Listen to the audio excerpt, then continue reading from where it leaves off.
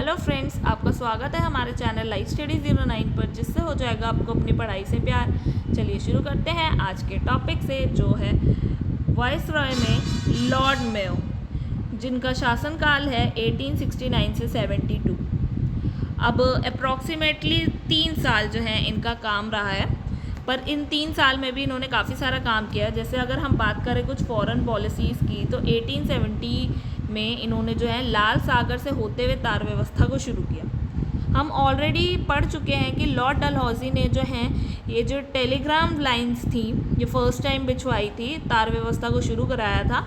और अभी हमने जो है पिछली क्लास में सर जॉन लॉरेंस के बारे में पढ़ा, जहाँ सर जॉन लॉरेंस ने भी फर्स्ट टाइम जो है भारत और यूरोप के बीच में पहली समुद्री टेलीग्राफ सेवा जो है 1865 में शुरू की थी। वहीं अब जो है इसे फर्दर आगे कौन बढ़ाता है, 1870 में लाल सागर तक जो है लॉर्ड मेयो।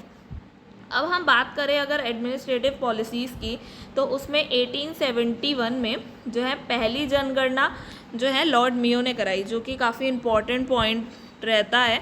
बट अब बात करें कि भाई जनगणना कराई पहली बेशक लॉर्ड मेयो ने थी, पर जो रेगुलर बेसिस पे जनगणना शुरू हुई थी वो 1881 में लॉर्ड रिपन के काल में शुरू हुई थी। तो इसीलिए ये चीज़ ज़रूर ध्यान रखें, फर्स्ट जो जनगणना थी वो कराई लॉर्ड मेयो ने थी, पर रेगुलर बेसिस पे रिपन ने कर पाई। अब हम बात करते हैं 1872 की, जिसमें हम देख सकते हैं कि इसमें काफ़ी सारे काम हुए इनके काल में। जैसे कृषि विभाग की स्थापना हुई, भारतीय सांख्यिकी सर्वेक्षण विभाग की स्थापना हुई, इवन जो है मियो कॉलेज की भी स्थापना कराई गई, जो बेसिकली राजकुमारों के अध्ययन के लिए थी। कहाँ पर थी? अजमेर में। और जो कूका विद्रोह था 1872 में लॉर्ड मेयो के काल में ही हुआ था। हमने जो है अपनी जो पिछली क्लास बेसिकली पिछली नहीं, हमने जो है अपनी जो लोअर कास्ट, ट्राइबल और लेबर पीजेंट मूवमेंट की वीडियो थी, उसमें हमने देखा था, पढ़ा था कूका मूवमेंट के बारे में। तो हम एक शॉर्ट क्विक जो है एक क्विक रिवीजन कर लेते हैं। ये जो है कूका विद्रोह जो था एक वेस्टर्न पंजाब का विद्रोह था, जिसने शुरू करा था किसने? भगत जवाहर मल के शिष्य बालक सिंह और राम सिंह ने।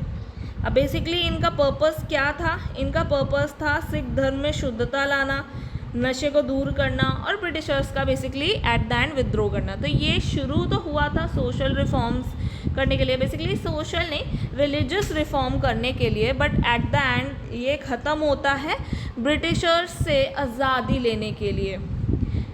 शुरू होता है रिलीजियस रीजंस की वजह से, पर पहुंचता कहाँ है? पॉलिटिकल रीजंस पर पहुंच जाता है, पॉलिटिकल इंडिपेंडेंस की बात करता है। तो इसीलिए जो है ये मूवमेंट भी इम्पोर्टेंट था, और इसे जो है नामधारी आंदोलन भी कहा जाता है, जो लॉर्ड मेयो के काल में हुआ था। अगर अब हम बात करें इकोनॉमिक पॉलिसीज़ की, तो उसमें जो सबसे इम्पॉर्टेंट पॉइंट आता है वो है वित्तीय विकेंद्रीकरण की नीति। अब ये क्या थी? इसमें बेसिकली क्या हुआ, जितने भी रिसोर्सेज थे या पावर थी, अब वो सेंट्रल की बजाय जितनी भी लोकल गवर्नमेंट थी उसको दी गई। और जो अदर पॉइंट की अगर हम बात करें, तो जो इनकम टैक्स है उसको 1% से 2.5% कर दिया गया, और जो बम्बई मद्रास में नमक कर था उसको बढ़ा दिया गया। ठीक है, अब ये हमने इतने सारे जो हैं इनके जो है पॉलिसीज़ को पढ़ा, बट क्या होता है, ये पहले ऐसे गवर्नर जनरल थे या वाइसरॉय थे, जिसे आप कह सकते हो, जिनकी हत्या जो है port Blair basically Andaman Nicobar में हो गई थी। और कैसे हुई थी? वहाँ पे एक जो दंडित अपराधी था अफगान शेर खां, उसने जो है इन्हीं के कार्यकाल में होते हुए इनकी जो है इनका बेसिकली मर्डर कर दिया था। तो इस वजह से जो है इनका जो शासनकाल है वो काफ़ी छोटा रहा है, बट काफ़ी इफ़ेक्टिव रहा है। आई होप आपको आज की वीडियो अच्छी लगी होगी। Thank you for watching. अगर आपको ये वीडियो पसंद आए तो प्लीज़ लाइक, शेयर और सब्सक्राइब करें, और नए अपडेट्स के लिए बेल आइकन ज़रूर दबाएं। कमेंट्स में अपने फीडबैक, डाउट्स और सजेशन ज़रूर शेयर करें। मिलते हैं नेक्स्ट वीडियो में, तब तक के लिए गुड बाय।